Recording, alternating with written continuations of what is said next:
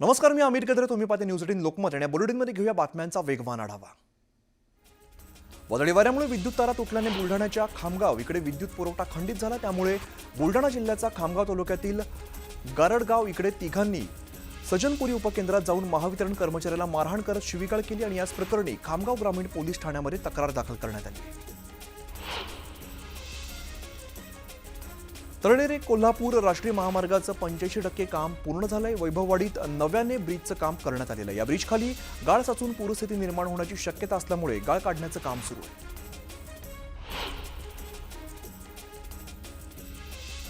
पाचोरला तिरंगा रॅलीचं आयोजन करण्यात आलेलं होतं. यावेळेला 300 फूट लांबीचा तिरंगासह नागरिकांनी मोठ्या संख्येने सहभाग घेतलाय.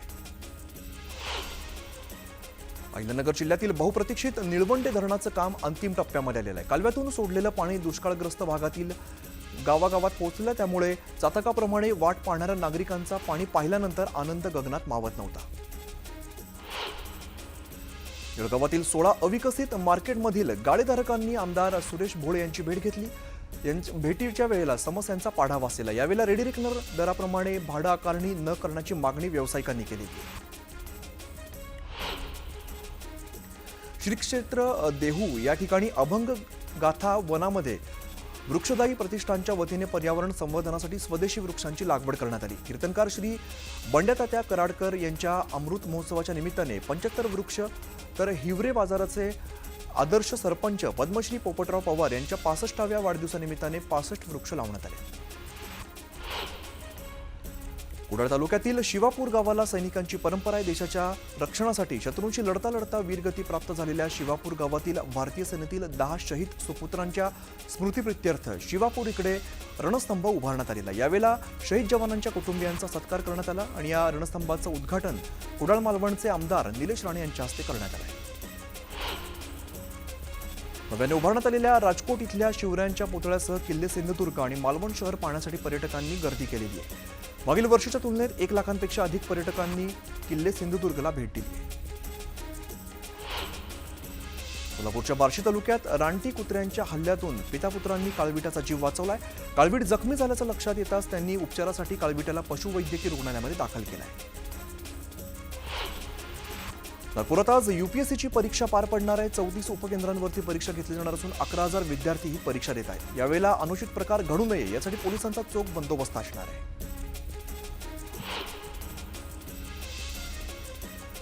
गोंदिया जिल्ह्यामध्ये मागील वर्षापासून गुन्हेगारी प्रमाणामध्ये मोठी वाढ झालेली आहे. याच पार्श्वभूमीवरती गोंदियात महत्त्वाच्या ठिकाणी पेट्रोलिंगमध्ये वाढ करण्यात आली.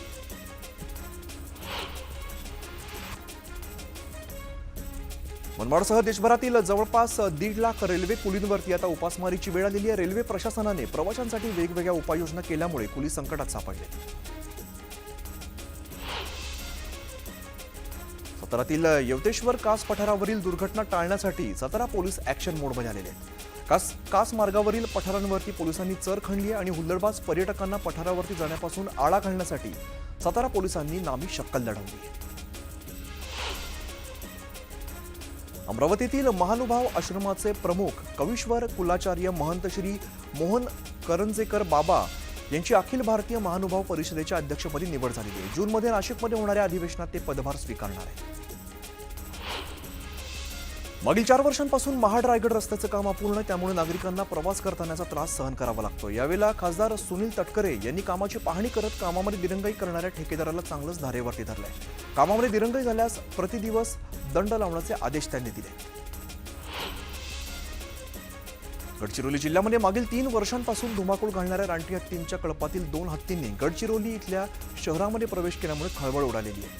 हायवेवरती रानटी हत्तींचं दर्शन झाल्यामुळे नागरिकांमध्ये भीतीचं वातावरण आहे. पावसाच्या पार्श्वभूमीवरती खेडमध्ये आपत्ती व्यवस्थापनाचं प्रात्यक्षिक देण्यात आलेलं. यावेळेला तहसीलदारांनी स्वतः स्पीड बोट चालवली आहे आणि जगबुडी नदीमध्ये महापूर आणि बचाव कार्याचं थरारक प्रात्यक्षिक देण्यात आलेलं आहे. यासह स्पीड बोट लाईफ जॅकेटवर सुद्धा बचावाचे धडे दिले. विठ्ठल रुक्मिणी मातेच्या दर्शनासाठी येणाऱ्या भाविकांना ऑनलाईन पद्धतीने सोयीसुविधा उपलब्ध करून देण्याच्या दृष्टीने मंदिर समितीमार्फत संकेतस्थळ विकसित करण्यात आलेलं आहे. जास्तीत जास्त भाविकांना पांडुरंगाचं पददर्शन घेता यावं यासाठी ऑनलाईन दर्शन पास बुकिंग संख्येमध्ये आणि वेळेमध्ये वाढ करण्यात आली. मुंबई महानगर प्रदेशला ग्रोथ हब म्हणून विकसित करून 2047 पर्यंत $1.5 मिलियन अर्थव्यवस्था करण्यासाठी राज्य सरकारने केंद्र सरकारकडे विशेष वित्तीय मदतीची अपेक्षा केली आहे। याबरोबरच 2027 मध्ये नाशिकमध्ये होणाऱ्या कुंभमेळ्यासाठी केंद्राकडे मदतीची याचना केली। इंदापुरात मुसळधार पाऊस झाला, त्यामुळे इंदापूर आणि माळशिरस तालुक्याला जोडणाऱ्या कळंब पुलावरती पाणी आलंय। दरम्यान हा पूल वाहतुकीसाठी बंद करण्यात आला आहे। जालना जिल्ह्यातील अंबड आणि भोकरदन तालुक्यामध्ये जोरदार पावसाने हजेरी लावली। सतत कोसळणाऱ्या पावसामुळे नदी नाल्यांना पूर आलेला आहे। पुराच्या पाण्यामुळे रस्ते बंद झाले। बुलढाणा जिल्ह्यामध्ये खामगाव, जळगावसह शेगाव तालुक्याला पावसानं झोडपून काढलंय। पावसामुळे पिकांना याचा फटका बसल्याने शेतकऱ्यांच्या चिंतेमध्ये वाढ झाली।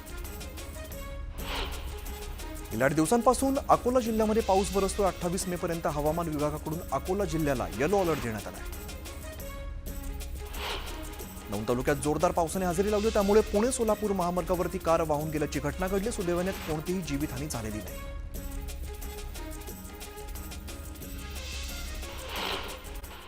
घेऊया बातम्यांचा वेगवान आढावा।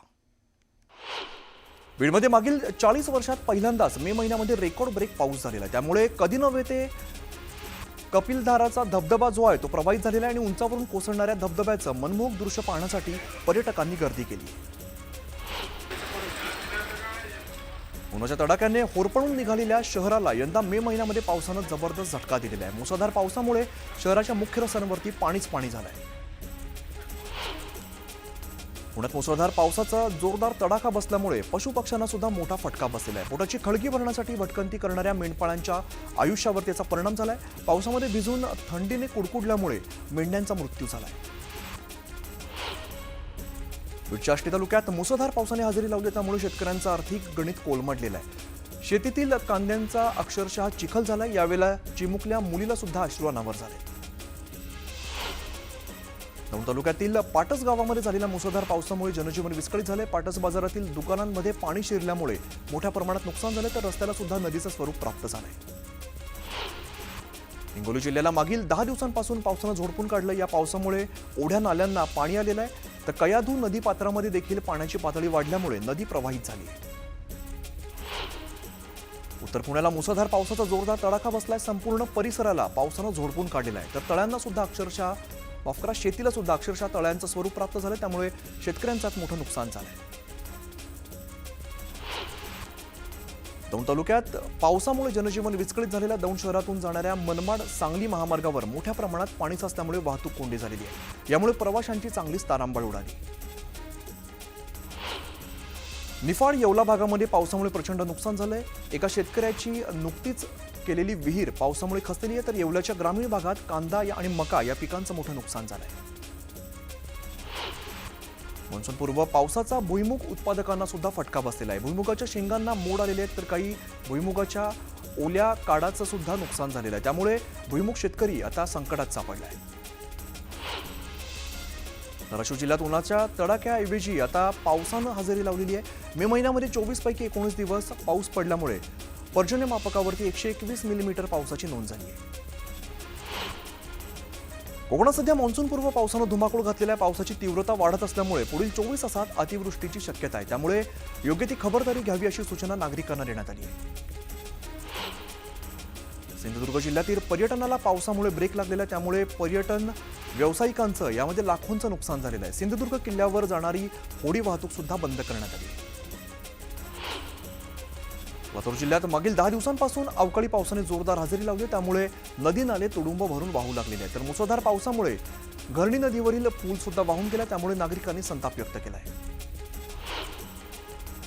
मागील 5 दिवसांपासून बारामतीत मुसळधार पावसाच्या सरी बरसतात, त्यामुळे परिसरातील ओढे आणि नाले हे तुडुंब भरून वाहू लागलेले आहेत। त्यामुळे नागरिकांचं जनजीवन पुरतं विस्कळीत झालं आहे।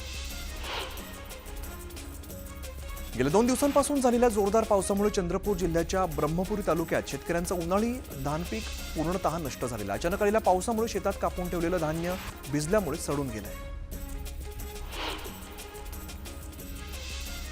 छत्रपती संभाजीनगरमध्ये 3 दिवसांपासून रिमझिम पाऊस पडतोय। ढगाळ वातावरण आणि रिमझिम पावसामुळे नागरिकांच्या आजारांमध्ये मोठी वाढ झाली। पुण्यात मुसळधार पावसानं हजेरी लावली आहे। यावेळेला जवळपास 41 गावांचा वीज पुरवठा खंडित झाला होता। भर पावसात जंगलात जात महावितरणच्या कर्मचाऱ्यांनी वीज पुरवठा सुरळीत करत 41 गावांना पुन्हा प्रकाशमय केले. अहिल्यानगरमध्ये गुणवाडी परिसरामध्ये तब्बल 30 ते 35 वर्षांनंतर पहिल्यांदाच मे महिन्यामध्ये नदी नाले तुडुंब भरून वाहू लागलेले. त्यामुळे उन्हाळ्यामध्ये निर्माण होणाऱ्या पाणी टंचाईतून नागरिकांना काहीसा दिलासा मिळाल्याची शक्यता आहे. दौंड तालुक्यात मोठ्या प्रमाणात पाऊस झाल्यामुळे छोटे पूल पाण्याखाली गेलेले आहेत. ओढ्यांवरील पुलावरून पाणी जात असल्यामुळे गावकऱ्यांचं जनजीवन विस्कळीत झालंय. सिंधुदुर्ग जिल्ह्याला ऑरेंज अलर्ट जारी करण्यात आलेला आहे. सिंधुदुर्गात पावसाचा जोर काहीसा ओसरला असला तरी सुद्धा ढगाळ वातावरण पाहायला मिळतंय. पालघर जिल्ह्यात झालेल्या दमदार पावसाने शेतीसह सुक्या मासळीचं मोठ्या प्रमाणावरती नुकसान झालेलं आहे. शेतकऱ्यांच्या हातातोंडाशी आलेला घास आसमानी संकटाने हिरावलेला आहे. मे महिन्यात झालेल्या अवकाळी पावसात आंबा, उन्हाळी भात आणि भाजीपाल्यांचं मोठ्या प्रमाणात नुकसान झालंय.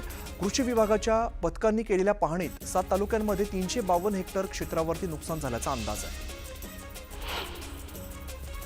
पाताळगंगा, बाळगंगा आणि भोगावती या प्रमुख नद्या पावसाळ्यामध्ये उग्र रूप धारण करत असतात. या पार्श्वभूमीवरती पेण तालुक्यात 42 गावात गंभीर पूरस्थिती निर्माण होत असते आणि यासाठी 45 जणांची टीम मदतीसाठी तैनात करण्यात आली आहे. अवकाळी पावसाने ग्रामीण भागात शेतीपूरक असलेल्या वीटभट्टी व्यावसायिकांचं आणि वीटभट्टीवर काम करणाऱ्या शेकडो आदिवासींचं मोठ्या प्रमाणात नुकसान झालंय. भाजनाच्या तयारीत असलेल्या आणि तयार करून ठेवलेल्या कच्च्या मातीच्या विटा अवकाळी पावसामुळे विरघळून गेल्या. एक छोटासा ब्रेक घेतो, लगेचच परत येतो. पाहत राहा न्यूज 18 लोकमत.